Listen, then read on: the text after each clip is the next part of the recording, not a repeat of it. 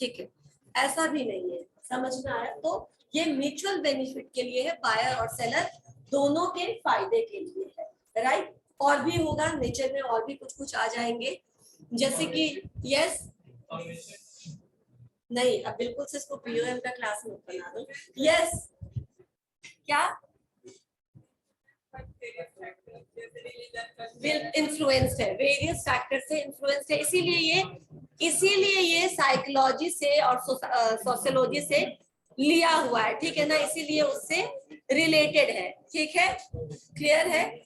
और क्या है, और बहुत सारे रिलेटेड इश्यूज को, ये जो सब्जेक्ट है वो क्या होता है, कॉग्निशन, जो 3 कंपोनेंट्स है, cognition, cognitive, affect and behaviour, ये जो तीनों कंपोनेंट है उसको स्टडी करता है और फिर आपके बिहेवियर को प्रोसेस करके आपके बारे में जानकारी देता है कि आप किस तरीके के इंसान है और आपको कौन सा प्रोडक्ट सूट करेगा, ठीक है? चलो एक और सवाल, कंज्यूमर एंड कस्टमर में डिफरेंस नहीं पूछूंगी मैं, ठीक है ना? पर बायर एंड यूजर में डिफरेंस है क्या? Is there any difference between buyer and user? क्या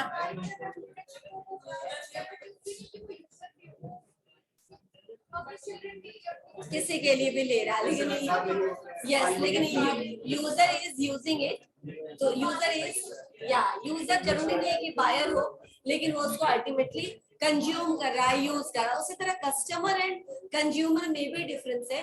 एक्चुअली कंज्यूमर कोई भी हो सकता है, ठीक है ना? कंज्यूमर कौन हो सकता है? इंडिविजुअल और ऑर्गेनाइजेशनल कंज्यूमर अगर हम बोलेंगे तो कैसे डिफाइन करोगे? Individual consumer and organisational consumer. बिल्कुल, ऑर्गेनाइजेशन के लिए जब आप कोई इक्विपमेंट, टूल्स, मशीन्स या फिर रॉ मटेरियल खरीदते हैं तो आप उसको ऑर्गेनाइजेशन में यूज के लिए खरीदते हैं, राइट? तो आप ऑर्गेनाइजेशनल कंज्यूमर हो जाते हैं। और जब इंडिविजुअल यूज करने के लिए खरीदते हैं, you may not be using this but somebody else in your family, ठीक है ना, या फिर किसी को गिफ्ट करने के पर्पज से आपने कोई चीज खरीदी है, तो क्या हो जाएगा उस समय? बिल्कुल सब इंडिविजुअल कंज्यूमर हो जाते हैं। लेकिन कस्टमर कौन है? फिर इंटरचेंजेबली हम लोग इसको यूज करते हैं, लेकिन मैं आपको यूज करने का एक थोड़ा तरीका बता देती हूँ। नॉर्मली बोलो, कस्टमर रीसेल कर भी सकता है, नहीं, ठीक है ना? ये भी है। Consumer are ultimately using the product either themselves or they are gifting somebody for ultimate use, right? लेकिन कस्टमर, आपने कहा कि वो रीसेल करते हैं, कंज्यूमर उसको रीसेल नहीं करेगा, लेकिन कस्टमर जरूरी नहीं कि हर बार रीसेल ही करे। और क्या?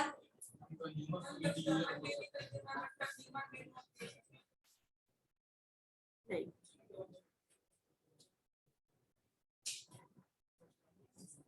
कस्टमर नॉर्मली मैं बताती हूँ, कस्टमर किसी प्रोडक्ट के लिए नहीं होते। कस्टमर नॉर्मली हम किसी शॉप या ऑफिसेज या सर्विसेज के लिए यूज करते हैं। जब आप फ्रिक्वेंटली किसी चीज को यूज करने लगते हैं, बार बार जाने लगते हैं एक स्टोर में या एक शॉप में, तो बोलते हैं ये हमारे कस्टमर है। You may not be using that particular things, ठीक है ना, फॉर योर ओन सेल्फ, ठीक है ना? आप रीसेल भी कर सकते हैं, किसी को दे भी सकते हैं, लेकिन जब आप फ्रिक्वेंट बायर हो जाते हैं, then you become customer for that particular shop. तुम कैसे भूल गए प्रत्यय?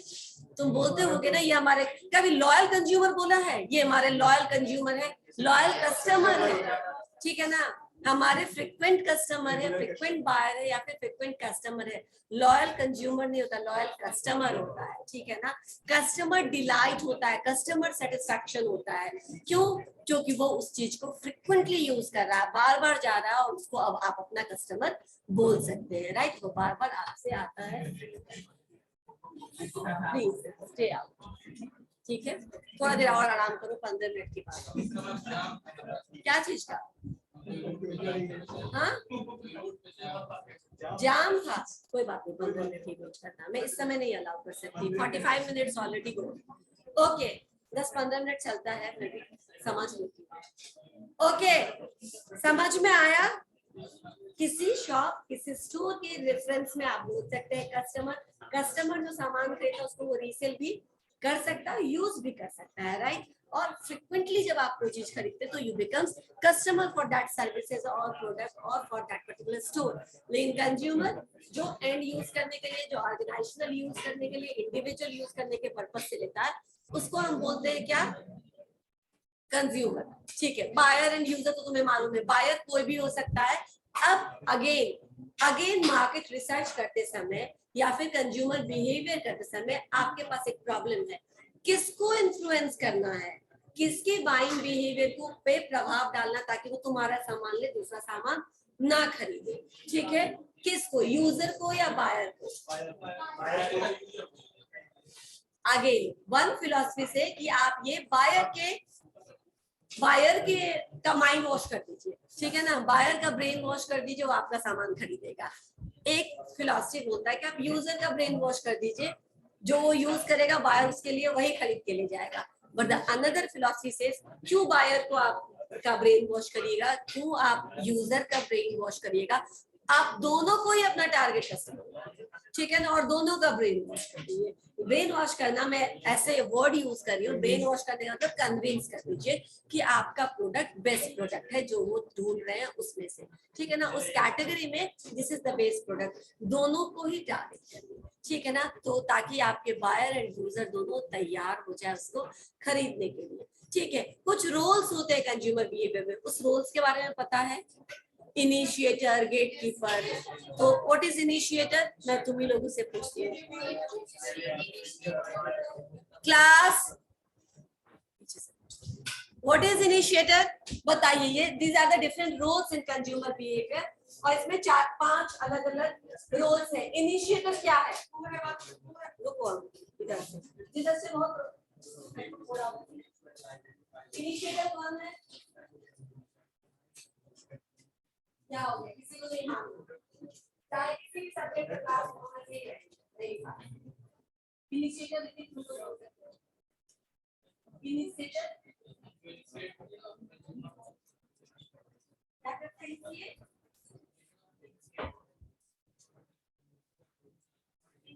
करता है, यहाँ पर किस चीज का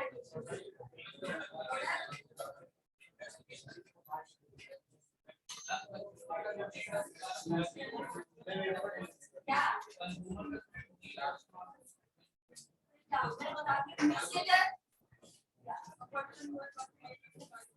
very good, a person who has opted to take decision, not buy, he may not buy the product but he can decision यहाँ क्या आना चाहिए, ठीक है ना।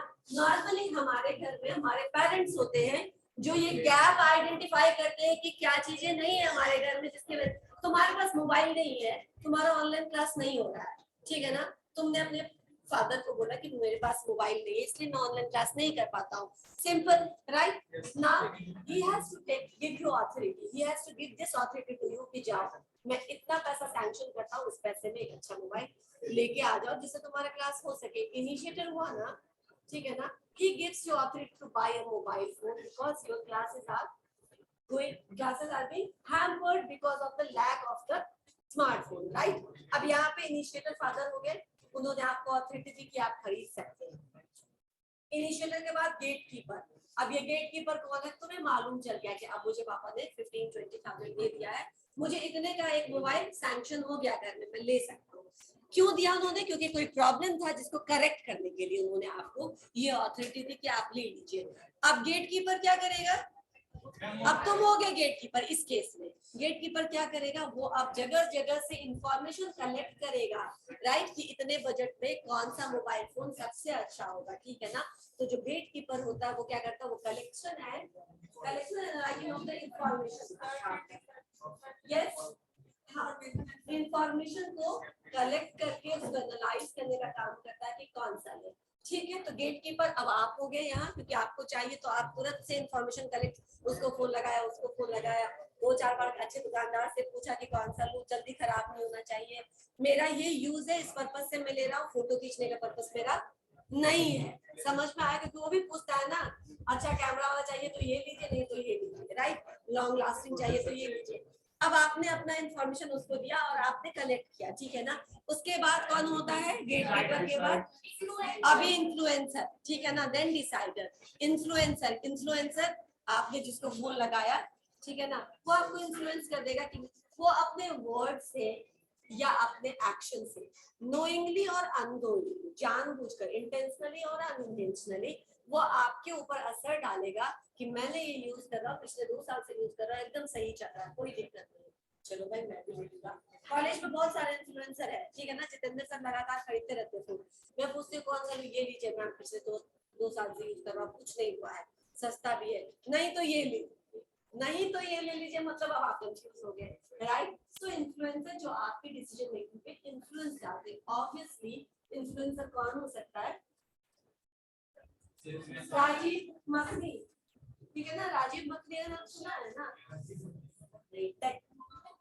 हाँ, टेकी जो है, जो राजीव मखनी टेक्नोलॉजी के बारे में बताता है कि कौन सी टेक्नोलॉजी है, कौन सा नया लैपटॉप, मोबाइल या कोई भी टेक्नोलॉजी के बारे में इंफॉर्मेशन देता है राजीव मखनी, ठीक है ना। अब वो क्या करता है, संजीव कपूर है, या फिर तुम किसी और से कंफ्यूज हो गई होगी, ठीक है ना। अब ये जो राजीव मखनी है, क्या करते हैं, आपको अलग अलग टेक्नोलॉजी के बारे में, एडवांस टेक्नोलॉजी के बारे में, उसके जैसे मूवी के क्रिटिक्स होते हैं ना, वैसे ही ये जो सामान आता है उसके क्या रिव्यू होंगे, क्या क्या उसमें प्लस पॉइंट है, क्या क्या वो माइनस पॉइंट है, और आप ढूंढ करके आप कौन सा प्रोडक्ट ले सकते हैं वो बताते हैं। अगर आप उनका सजेशन माने तो वो आपके लिए इन्फ्लुएंसर होंगे। समझ में आया? ठीक है। शॉपकीपर भी इन्फ्लुएंसर बिल्कुल होता है। आप घर से दिमाग बना के जाते हैं कि 15,000 से 1 रुपया ज्यादा खर्चा नहीं करेंगे, वो आपको 25,000 पे लेके चला जाता है, इतना ज्यादा फीचर्स और गुण बता देता है उनको दूसरे प्रोडक्ट की, तुम सोचो चलो 10,000 के लिए क्या है या 5,000 के लिए क्या है, you jump out sometimes, that time they become what happened. क्या बता रही हूँ मैं? कौन कौन इन्फ्लुएंसर हो सकता है बताओ, कौन कौन हो सकता है? ये 2 बेंच पे ही बात हो रहा है, क्या हो गया है? ये 2 बेंच, ये 2 बेंच पे बोल रही हूँ, ये 2 बेंच पे बहुत अधिक बात हो रहा है, नहीं पढ़ना तो बाहर जाओ। मैं इन्फ्लुएंसर बता रही हूँ क्या होता है।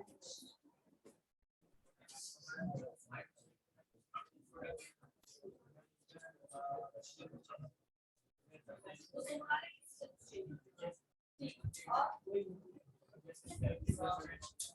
सेल्समैन हो गया, जैसे कोई एक्सपर्ट हो गया, या उसका फ्रीक्वेंट बायर या यूजर हो गया, ठीक है ना, उस प्रोडक्ट को ज्यादातर यूज कर रहा है या बाय कर रहा है, वो आपको या तो खरीद लिया वो चीज, तो तुम्हें इन्फ्लुएंस में आ गया और तुमसे भी वो चीज ले लिया, ठीक है ना। तो इन्फ्लुएंसर वो लोग हो सकते हैं। अब बाल बाल बच गए क्योंकि उसने जवाब दे दिया, तो फिर से बातचीत मत शुरू कर दो, ठीक है। ये इन्फ्लुएंसर हो गया। इन्फ्लुएंसर के बाद डिसाइडर, डिसाइडर का क्या काम हुआ? नाउ फाइनली नेक्स्ट डिसीजन, क्योंकि इन्फ्लुएंसर ने तुम्हें खूब इन्फ्लुएंस कर दिया है, तुम्हारे पूरे बाइंग डिसीजन में जितना भी तुम आए थे पीछे होमवर्क करके, सब तुम्हारा एक तरफ और उसका इन्फ्लुएंस एक तरफ, ठीक है ना। लेकिन अब क्या, फाइनल डिसीजन जो आपको लेना है कि क्या लेना है, ये डिसीजन आप खुद लेंगे, क्योंकि इसके पीछे बहुत कुछ फैक्टर है, ठीक है ना। इनकम मेजर फैक्टर है, आपका यूज जो है, किस यूज के लिए आप ले रहे हैं वो एक अलग फैक्टर है, कि क्या कितना आपको यूज करना है, राइट। तो यूसेज, बजट या इनकम जो भी बोलो, या फिर आपके जो अपने कॉन्स्टेंट्स है, ठीक है ना, जो भी आपके इमोशनल या साइकोलॉजिकल चीज जुड़ी हुई है वो एक अलग कॉन्स्टेंट है, ठीक है। तो उन सब चीजों से जुड़ा हुआ जो है वो फाइनली आप डिसाइड करते हैं कि आपको क्या लेना है, राइट। एंड अच्छा, एक और बात, जो कंज्यूमर बिहेवियर है ना, उसमें the entire process of consumer behaviour क्या होता है, नॉर्मली, इमोशनली, साइकोलॉजिकली और फाइनेंशियली, जो आप सब कुछ देखते हैं ना कि अपना डिसीजन मेकिंग करते हैं, इन सब चीजों को ध्यान में रखिए कि आपको क्या लेना है। हाउ समबडी, मार्केटर के लिए इसलिए यूज है क्योंकि उसको क्या क्या देखना है, हाउ समबडी या any consumer purchases the things, ठीक है ना, how they use this things and how they dispose the things. कैसे आप किसी चीज को खरीदते हैं, यूज करते हैं, और कैसे आप उसके बाद उसको डिस्पोज करते हैं, ठीक है ना, क्या वो रिसाइकल हो सकता है वो प्रोडक्ट, तो आपको उसकी भी जानकारी देंगे। यानी तीनों चीज, आपने अगर कुछ खरीदा तो क्या खरीदा, क्यों खरीदा, कहाँ से खरीदा, कैसे खरीदा, और कितना यूज करते हैं, कितनी बार आप ये चीज खरीदते हैं, ये सब इंफॉर्मेशन जरूरी है। किसके लिए? मार्केटर पॉइंट ऑफ व्यू से उनको ये सब जानना चाहिए, इसीलिए वो पूरा आपका पूरा बैकग्राउंड ट्रैक करके रखते, ठीक है ना। आप किसी भी दुकान पे जाओ, कुछ भी लो, तुम्हारा फोन नंबर जरूर, राइट, कभी कभी तुम गलत नंबर देते हो क्योंकि आई डोंट वांट, मैं मुझे पता है मैं इस दुकान में दोबारा नहीं आने वाली, मुझे इसका लॉयल कस्टमर नहीं बनना है, रिपीट कस्टमर नहीं बनना, मैं शहर में ही कभी कभी आती हूँ, ठीक है, अब यहाँ से कॉल आएगा, गलत। एक आध ब्रांड को जहाँ से आप बहुत ज्यादा रिलेटेड फील करते हो, जिसको आप फ्रिक्वेंटली यूज करते हो, उसको अपना नंबर देने से फायदा होता है। क्या फायदा होता है?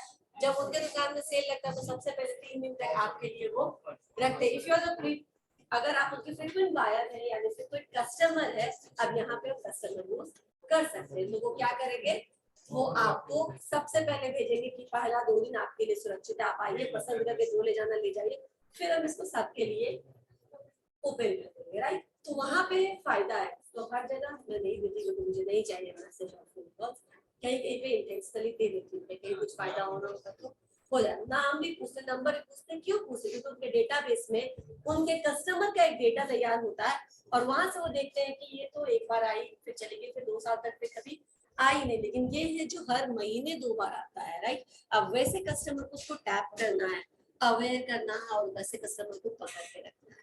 समझ में आया? ये सब करने के लिए कंज्यूमर बिहेवियर जरूरी है। सब इंट्रोडक्शन था, प्रत्यय, these things are not gossip, ठीक है ना। ये क्या था? सब इंट्रोडक्शन था, क्योंकि ठीक है मुझे पढ़ाना है और मैकेनिज्म ऑफ डिफेंस मैकेनिज्म से मुझे शुरू करना है, पर्सनालिटी उसके बाद हम शुरू करेंगे। मोटिवेशन हो चुका है आप लोगों का। अगेन देखो मास्लो थ्योरी, मैंने कहा था ना हर जगह पर मास्लो थ्योरी हर जगह आएगा, लेकिन वहां पे आपने बिहेवियर के टर्म में पढ़ा था, यहाँ पे आप कंज्यूमर के बिहेवियर के टर्म में पढ़े होंगे कि कंज्यूमर के लिए जो नीड है, सेफ्टी है, ईगो सेटिस्फाई करना, सेल्फ एक्चुअलाइजेशन, कैसे कैसे यहाँ पे रिलेट आप कर सकते हैं ये डिफरेंट नीड्स, राइट। चलिए, नीड एंड वांट्स में क्या डिफरेंस है मैं फिर से पूछती हूँ, और इस क्वेश्चन के साथ ये क्लास खत्म, फिर हम लोग कल से शुरू करेंगे जब भी हमारा नेक्स्ट क्लास होगा।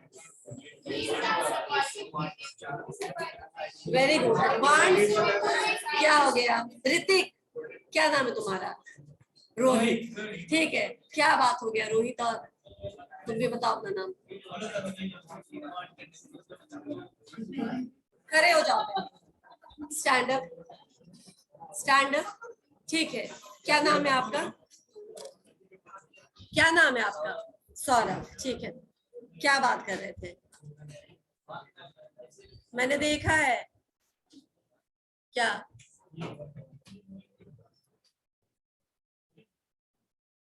सारे सॉल्यूशन है, तो जो बेसिक सॉल्यूशन है वो आपका नीड है, लेकिन when you add some desire to that, that becomes want, ठीक है। अटेंडेंस